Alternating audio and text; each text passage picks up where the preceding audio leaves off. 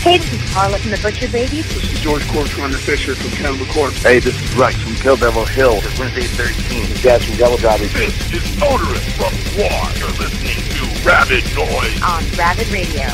Turn it up. Welcome back to RABID NOISE on RABID Radio. That was Cusp of Eternity by Opeth. And joining us on the program now from the band is Fredrik Akesson. Thanks for joining us tonight, man. What's going on? Not much. It's more or less morning here. You know, I just dropped off my daughter at daycare and doing interviews now. You know, preparing for. I'm going to Frankfurt Music Fair next weekend to play for Marshall Amps a bit. So I'm going to do a bit of noodling on the guitar there at the music fair, and then preparing to come down to Australia again and play, which we all look forward to a lot. That's awesome, man. Sounds like it's going to be a good couple of weeks for you. Especially, you know, getting that chance, you know, go down and just shred it up for all the fans.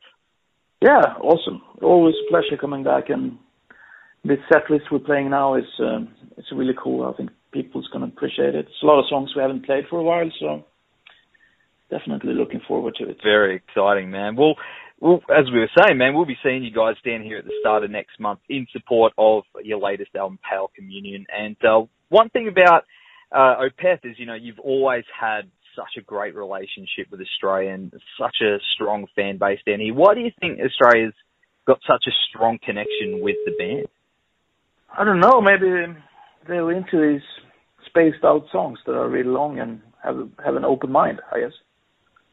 Yeah, because, I mean, down here you guys are huge. You know, you've got such a strong following and everybody that, you know, that loves Opeth, love you guys. There's no in-between.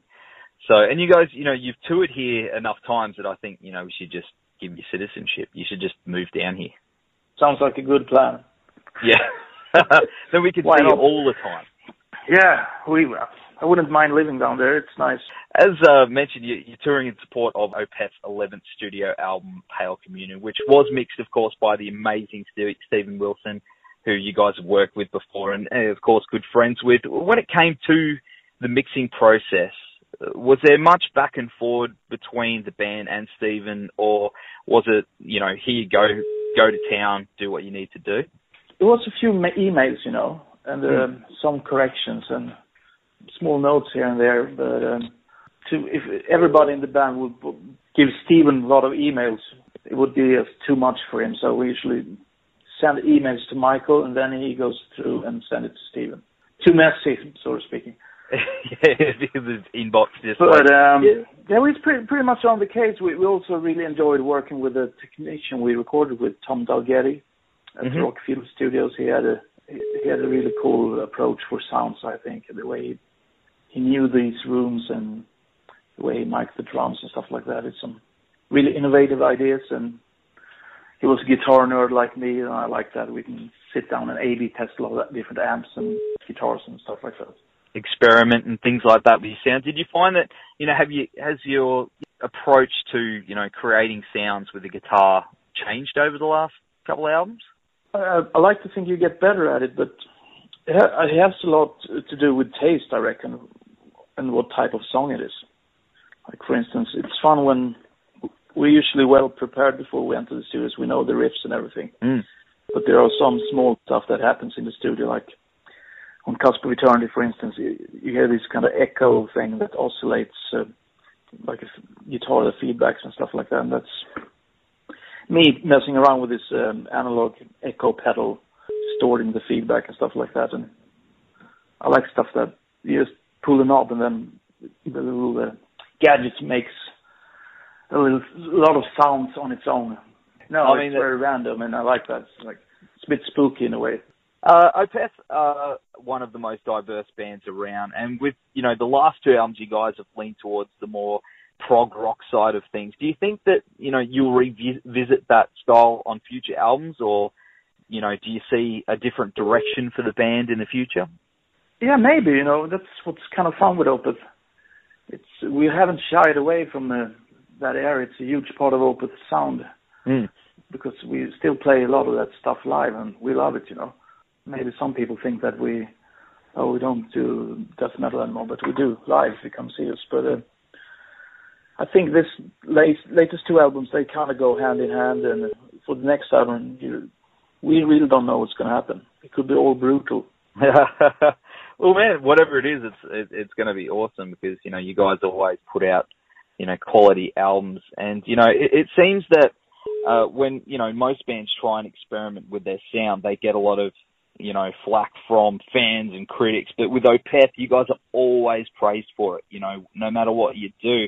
Do you think that's because, you know, your fan base, or more that, you know, you've set the ground rules, the band set the ground rules from the beginning, so the fans know just anything goes? I think a lot of the fans do. But there are always complainers, of course, but I don't read everything on Facebook. I think we're a lucky band that we're able to experiment as much as we do, and people still like it, absolutely.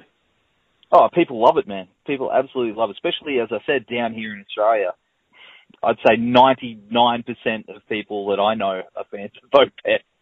So it's, you know, and with every album. That's amazing. Yeah, just everyone, you know, you like Opeth? Yeah, of course I do. You know, it's a dumb question. So, but maybe we don't realize that. We didn't realize that, maybe. Or we don't realize that. Oh, it's just down here, you guys are huge, and everyone's looking forward to you guys touring again. So we're going to go to the tracks with a From Heritage now, and we'll be back very soon on RABID NOISE.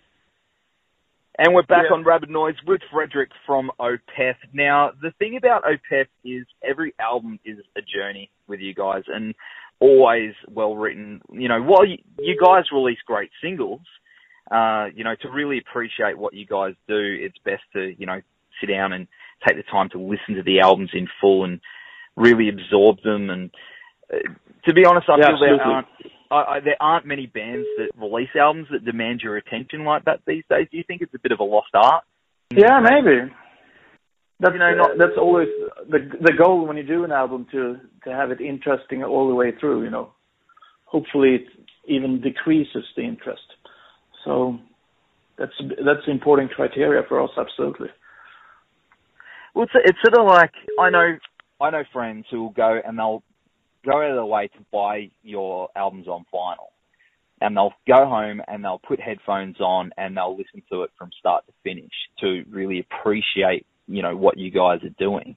Where, you know, some bands these days, you know, you can just put it on the background and it's just in the background. You know, you guys, as I said, demand that attention, and there's so much going on in the music that each time you listen, there's something else in the background that you pick up on, you know?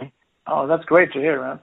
Yeah, you're a well-respected musician outside of the band, of course. So, you know, what's the most challenging thing about being in Opeth compared to your other projects? Well, in the beginning, it was the structure of the songs, since some of them contains like 20 riffs or something, and to get into the whole world. Sometimes I wonder how we can remember everything, but it has to do a lot with the muscle memory, I reckon. But also I had to put in a lot of time into the fingerstyle, acoustic type of playing when I joined the band. But it's always challenging now these days. The last album, one thing that's really challenging is to play all these riffs in the song called Moon Above, Sun Below, which we only rehearsed once. We're not playing this round, but hopefully next time. But to nail all these backing vocals at the same time, you play riffs in a different time signature. That's quite challenging. So that, I just think, is one thing that we kind of put in there for this album more than before. Awesome, man. Well, you know, you've been with the band for a while now, so what has been your proudest moment with Opeth? It might be the Royal Albert Hall show, actually, in the UK, where we did the DVD as well. Yeah, that's awesome. That was kind of cool. That's when your mom and dad react, "Well, you played the Royal Albert Hall." So that was a cool thing to have done, you know. But it's so many different highlights, so it's difficult to pick one, really. And more on the way. Yes, hope so. Well, we'll come down to Australia soon, so that's one. Yeah, well, we love seeing you guys down here. What's next for Opeth after your trip down here? Before we go to Australia, we play 2 shows in Japan as well. But after that, we're playing the Sweden Rock Festival in the beginning of June, and we have about 8 festivals in Europe. Wacken in Germany, for instance, I know, and a few more. And then we're also in July doing 7 shows or 8 in South America as well, in the middle of summer. That'd be cool, because everyone loves it down there, hey? Yeah, it's crazy audience as well. Absolutely. And also in fall, we're going to do this anniversary shows, 25 years anniversary show. And we're going to play the Ghost Reveries album in its entirety, and then a mix set on top of that, to like a celebration kind of thing with a few selected shows. It will be awesome to come down to Australia and do that show. Yeah, we'd love to see that. Are you going to be filming that for a later release as well? I hope so. I think we should, but it's nothing confirmed.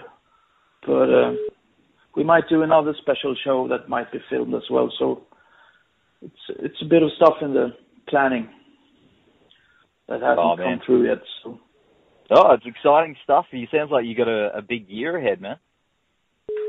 Yeah, we've been off, January, February, and March. So it's time to get working again. Awesome, dude.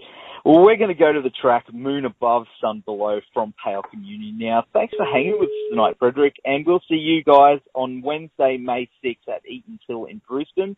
And, of course, for further dates, go to metropolistouring.com. Thank you very much for taking the time, man. Thank you. Looking forward to see you guys again.